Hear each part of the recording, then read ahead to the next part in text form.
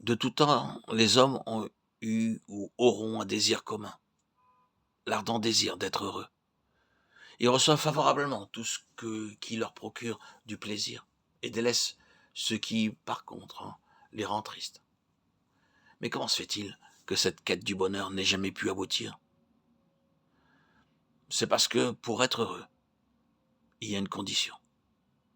Aucune âme chargée par un quelconque fardeau ne peut être heureuse. Si nous aspirons à cette réelle joie qui ne passe pas, nous devons nous défaire de nos fardeaux. L'âme qui n'est pas sauvée ne peut pas avoir un cœur joyeux en permanence, parce que le poids du péché pèse sur elle. Mais celui qui est allé vers Christ et qui a reçu le pardon et la purification de ses péchés, pourquoi ne fit-il pas l'expérience constante de cette vie si heureuse à laquelle il s'attendait? Pourquoi est-il si souvent déçu? Parce que, quoiqu'il ait déposé le fardeau de son péché au pied de la croix, il n'a pas appris à rejeter tous ses fardeaux sur le Seigneur, et les fardeaux au quotidien pèsent sur lui et chassent la joie dans sa vie.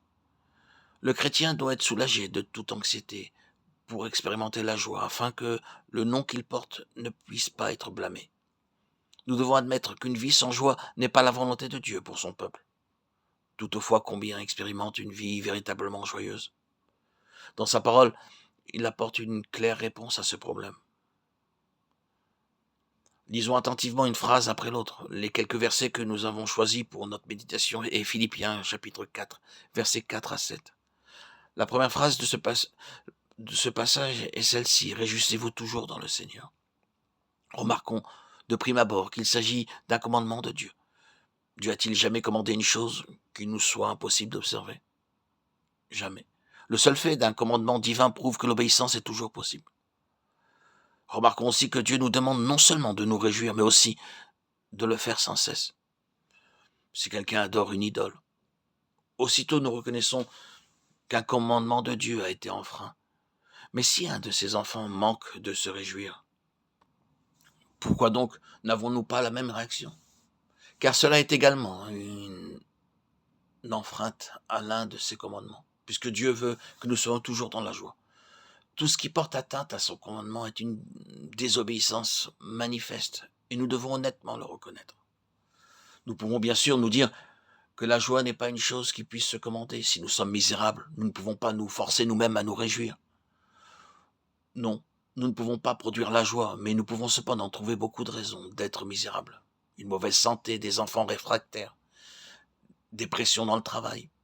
Et nous pouvons protester qu'il n'est pas raisonnable de demander à quelqu'un comme nous, qui a beaucoup de difficultés, de se réjouir.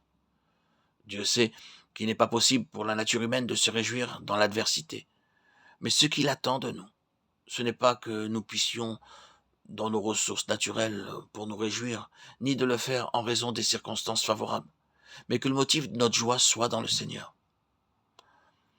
Lorsque toutes nos situations sont cause de peine, nous pouvons cependant être heureux et libérés de tout souci, parce que notre joie ne se fonde pas sur les circonstances fluctuantes, mais qu'elle a sa source en celui qui nous aime et qui est aussi l'objet de notre amour.